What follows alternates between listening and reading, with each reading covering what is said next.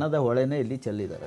ಅಂದರೆ ಸುಮಾರು ನಮಗೆ ಬಂದಿರೋ ಮಾಹಿತಿ ಪ್ರಕಾರ ಎಲೆಕ್ಷನ್ ಹಣಕ್ಕೆ ಯಾವತ್ತೂ ಬರ ಬಂದಿರಲಿಲ್ಲ. ಇದು ಚನ್ನಪಟ್ಟಣಕ್ಕೆ ಸುಮಾರು 300 ಕೋಟಿ ಖರ್ಚು ಮಾಡಿದ್ದಾರೆ 2 ಅಭ್ಯರ್ಥಿಗಳು ಅಂತ ಹೇಳ್ತಾರೆ. ಎಲ್ಲಿ ಮಳೆ ಬರ್ತಾ ಇದ್ರು ಎಲೆಕ್ಷನ್ ಟೈಮಲ್ಲಿ ಹಣದ ಮಳೆ ಏನ್ ಖರ್ಚು ಮಾಡಿದ್ದಾರೆ ಒಂದು 10-20 ಕ್ಷೇತ್ರಕ್ಕೆ ಅದು ಒಂದು ಕೊಂಡ್ಸಿ ಆಗೋಯ್ತಿತ್ತು. ಆ ಲೆವೆಲ್ಗೆ ಇವರು ಖರ್ಚು ಮಾಡ್ತಾ ಇದ್ದಾರೆ. ಮಾತಿತ್ತು ಯಾರೋ ಹೀಗೆ ಹೇಳ್ತಾ ಇದ್ರು, ಚೆನ್ನಾಗಿ ಮಾತಾಡಿದ್ರು. ಯಾರಾದ್ರೂ ಸಾಕ್ಷಿ ಕೊಟ್ರಪ್ಪ, ಪ್ರೂಫ್ ಕೊಡಿ ಅಂತ ನನ್ನ ಹತ್ರ ಇಲ್ಲ.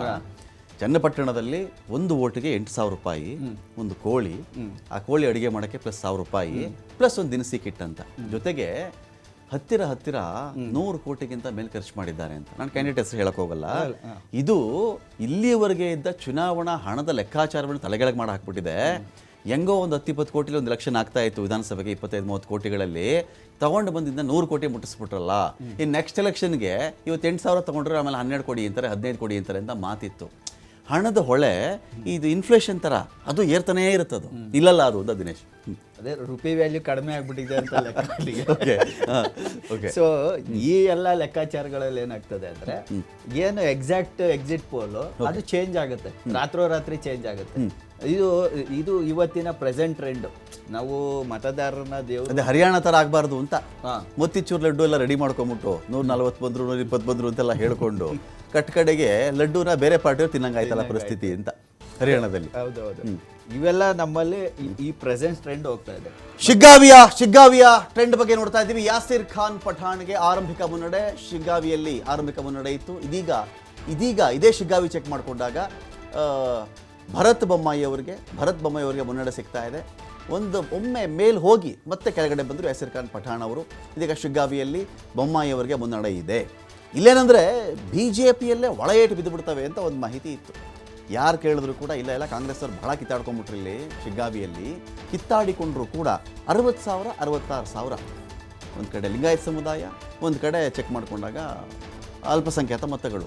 ಈ 6,000 ಮತಗಳ ಲೆಕ್ಕಾಚಾರ ಇದೆ ಅಂತೇಳಿ ಅದರಲ್ಲಿ ವೋಟ್ ಮಾಡೋರು ಇಂಪಾರ್ಟೆಂಟ್ ಆಗುತ್ತೆ. ಒಂದು ಸಮುದಾಯ ಅಂದ ತಕ್ಷಣ ಏನು ಬರೀ BJPಗೆ ಹಾಕ್ಬಿಡ್ತಾರೆ, ಬರೀ ಕಾಂಗ್ರೆಸ್ಗೆ ಹಾಕ್ಬಿಡ್ತಾರೆ ಅಂತಲೂ ಇಲ್ಲ, ಹಾಕಬೇಕಾಗಿಯೂ ಇಲ್ಲ. ಆ ಸಮುದಾಯದಲ್ಲಿ ಹುಟ್ಟಿದ ಮಾತ್ರಕ್ಕೆ ಯಾರು ಗುತ್ತಿಗೆಗೆ ತಮ್ಮಂತ ಒಪ್ಪಿಸ್ಕೊಂಡಿಲ್ವಲ್ಲ, ಅಥವಾ ಯಾರು ಗುತ್ತಿಗೆಗೆ ಆ ಜನಗಳನ್ನು ಕೊಂಡುಕೊಂಡಿಲ್ಲ ಅಲ್ವಾ, ಈ ಥರದೊಂದಿತ್ತು. ಆದರೆ BJPಗೆ ಒಳ ಏಟುಗಳ ಭೀತಿ ಇತ್ತು ಅಂತ ಹೇಳ್ತಾ ಇದ್ರು. ಇದನ್ನೆಲ್ಲ ಓವರ್ಕಮ್ ಮಾಡ್ತಾರಾ ಭರತ್ ಬೊಮ್ಮಾಯಿ ಅವರಂತ ಒಂದು ಪ್ರಶ್ನೆ ಇದೆ ಇಲ್ಲಿ. ಚನ್ನಪಟ್ಟಣ ಟ್ರೆಂಡ್ ಶುರುವಾಯಿತು. ನಿಖಿಲ್ ಕುಮಾರಸ್ವಾಮಿಗೆ ಮುನ್ನಡೆ. ನಿಖಿಲ್ ಕುಮಾರಸ್ವಾಮಿ ಮೈತ್ರಿ ಅಭ್ಯರ್ಥಿ. ನಿಖಿಲ್ ಕುಮಾರಸ್ವಾಮಿಗೆ ಚನ್ನಪಟ್ಟಣದಲ್ಲಿ ಲೀಡ್. ಅಂಚೆ ಮತದಾನದಲ್ಲಿ ಯೋಗೇಶ್ವರ್ಗೆ ಹಿನ್ನಡೆ. ಯೋಗೇಶ್ವರ್ ನಾವು ವೋಟ್ ಆದಾಗಿಂದ ಕೂಡ ನಾವು ಚೆಕ್ ಮಾಡ್ತಾ ಇದ್ದೀವಿ. ತುಂಬ ಯಾಕೋ ಒಂದು ಉತ್ಸುಕರಾಗಿ ಉತ್ಸಾಹಿತರಾಗಿ ಮಾತನಾಡ್ತಾ ಇಲ್ಲ ಎಲ್ಲೂ ಯೋಗೇಶ್ವರ್ ಅವರು ಅಂತ ಹೇಳಿ.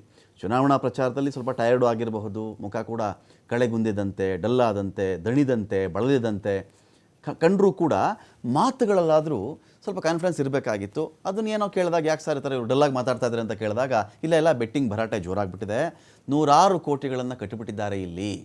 ಏನು ಎತ್ತು ಸಿಕ್ಕಿದ್ರೆ ಎತ್ತು, ದನ ಸಿಕ್ಕರೆ ದನ, ಕುರಿ, ಮೇಕೆ, ಮನೆ, ಟ್ರ್ಯಾಕ್ಟ್ರು, ಬೈಕು, ಕಾರು, ಹೊಲ, ಸೈಟು, ಏನು ಕೇಳ್ತೀರಿ ನೀವು, ತೋಟ, ಯಾವುದನ್ನು ಬೇಕಾದ್ರೆ ಬೆಟ್ಟಿಂಗ್ ಕಟ್ಟಿಬಿಟ್ಟಿದ್ದಾರೆ.